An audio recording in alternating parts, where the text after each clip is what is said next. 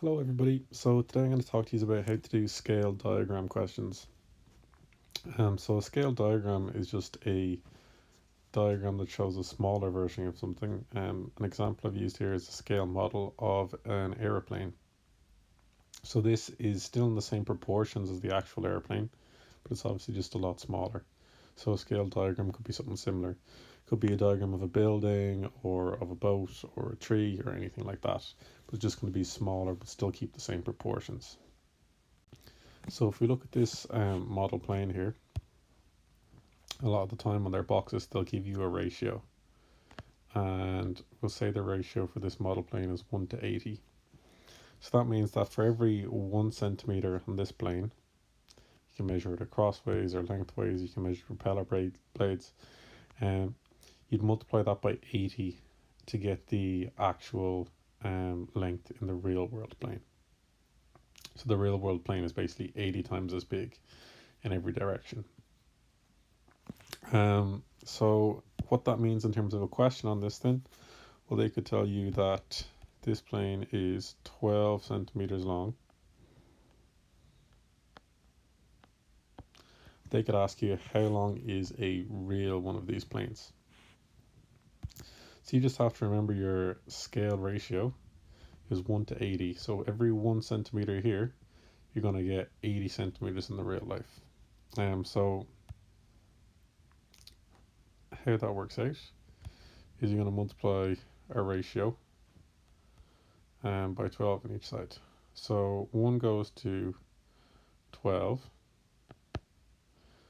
and 80 goes to 960. Again, really all that we're doing there is just multiplying both sides by 12 in the ratio that we're given. To actually get our answer right though, we have to go one step further and just include our unit. So that'll be 960, and we're dealing with centimeters here already, so we'll just say centimeters. Or if you want to be fancy, you can change it to meters, 9.60 meters. Normally they will tell you in the question what type of unit or how many decimal places you should give your answer to. So another way that you could be asked to apply scale diagrams is if you're given the height of the original item and you're asked to draw a smaller diagram of it. So an example we could look at here is the Eiffel Tower. Now the Eiffel Tower is 324 meters high.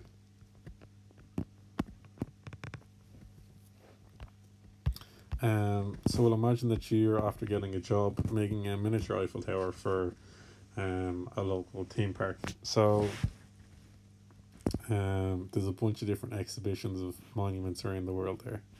So you've been asked to do it to a scale of 1 to 70, we'll see. So the method is very similar. We have 324 meters. What we're going to do is we're going to, instead of multiplying it by 70 to make it bigger, we're going to divide it by 70 to make it smaller. So 324 divided by 70, which means that the height of your model will be 4.63 meters.